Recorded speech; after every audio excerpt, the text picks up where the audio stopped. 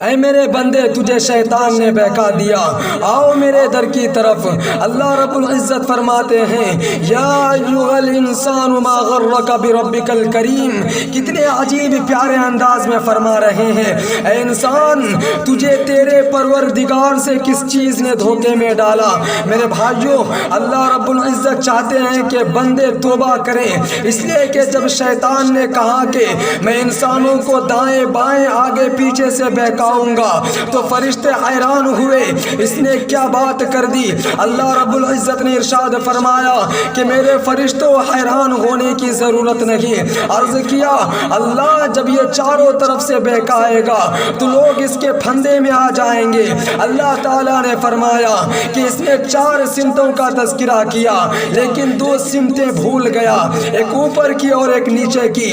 لہذا میرا گنہگار بندہ جب اپنے گناہوں پر نادم اور شرمندہ ہو کر دل میں پکا عہد کر کے میرے پاس آئے گا، اپنے ہاتھ اٹھائے گا، اور ہاتھ چونکہ اوپر کی سمت اڑتے ہیں تو شیطان اثر انداز نہیں ہو سکتا۔ میرے بندے کے ہاتھ نیچے نہیں جائیں گے، میں اس سے پہلے گناہوں کو معاف کر دوں گا۔ اور اگر میرا بندہ سجدے میں سر ڈال دے گا، چونکہ سر نیچے کی سمت جائے گا اور نیچے کی سمت میں شیطان اثر انداز نہیں ہو سکتا، میرا بندہ سر نہیں اٹھائے گا کہ میں اس سے پہلے اس کے گناہ معاف کر دوں گا۔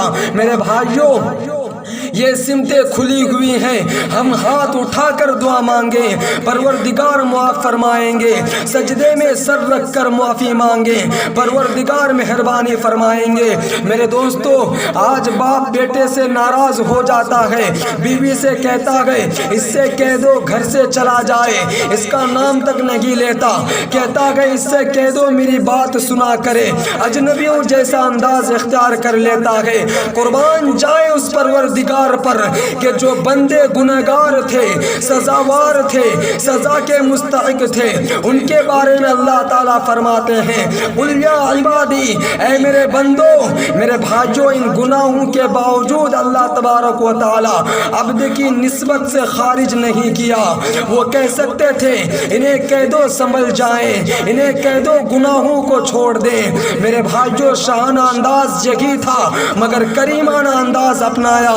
قل یا عبادی الذین اسرفوا علی انفسہم، اے میرے گنہگار بندو لا تقنطوا من رحمت اللہ، تم اللہ کی رحمت سے مایوس نہ ہونا، ان اللہ یغفر الذنوب جميعا انہ هو الغفور الرحیم، بالیقین خدا تعالیٰ تمام گناہوں کو معاف فرما دے گا، واقعی وہ بڑا بخشنے والا بڑی رحمت والا ہے۔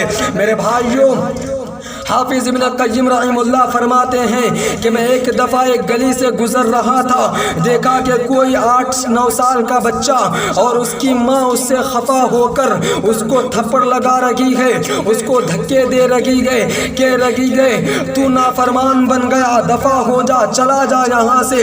تو وہ بچہ گھر سے باہر آ گیا۔ فرماتے ہیں کہ بچہ رو رہا تھا، چونکہ مار پڑی تھی، وہ اٹھا اور سوچتا سوچتا ایک طرف چلنے لگا۔ چلتے چلتے وہ ایک گلی کے موڑ پر پہنچا، وہاں کھڑے ہو کر کچھ سوچتا رہا اور سوچنے کے بعد اس نے واپس آنا شروع کر دیا، اپنے گھر کے دروازے پر آ گرا، تھکا ہوا تھا، دہلیز پر سر رکھا، نیند آ گئی، وہیں سو گیا۔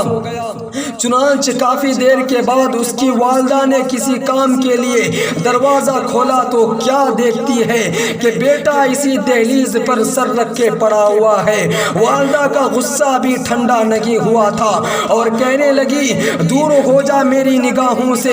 جب اس نے پھر اسے ڈانٹا، اب وہ بچہ کھڑا ہو گیا، آنکھوں میں آنسو آ گئے، کہنے لگا امی جب آپ نے گھر سے دھتکار دیا تھا میں نے سوچا تھا میں چلا جاؤں گا، بازار میں جا کر بھیک مانگ لوں گا، مجھے کچھ نہ کچھ کھانے کو مل جائے گا۔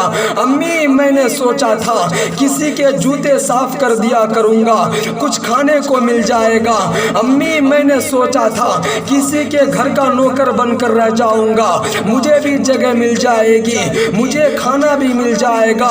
امی میں یہ سوچ کر گلی کے اس موڑ تک چلا گیا تھا، مجھے دل میں یہ خیال آیا مجھے دنیا کی سب نعمتیں مل جائیں گی، لیکن امی جو محبت آپ مجھے دے سکتی ہیں یہ محبت مجھے کہیں نہیں مل سکتی ہے۔ امی یہ سوچ کر میں واپس آ گیا ہوں، امی اسی در پر پڑا رہوں گا، تو مجھے دھکے دے یا مارے میں کہیں نہیں جا سکتا۔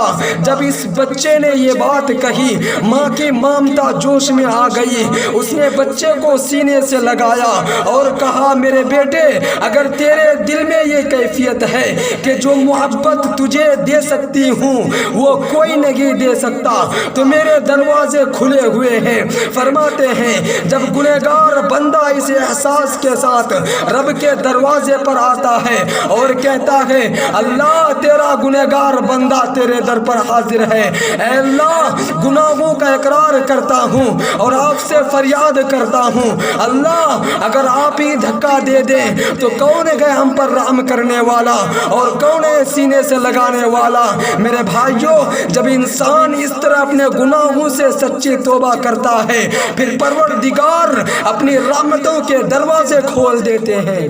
تو دوستو چینل کو سبسکرائب کریں تاکہ جب بھی کوئی ویڈیو ڈلے سب سے پہلے آپ کے پاس پہنچے۔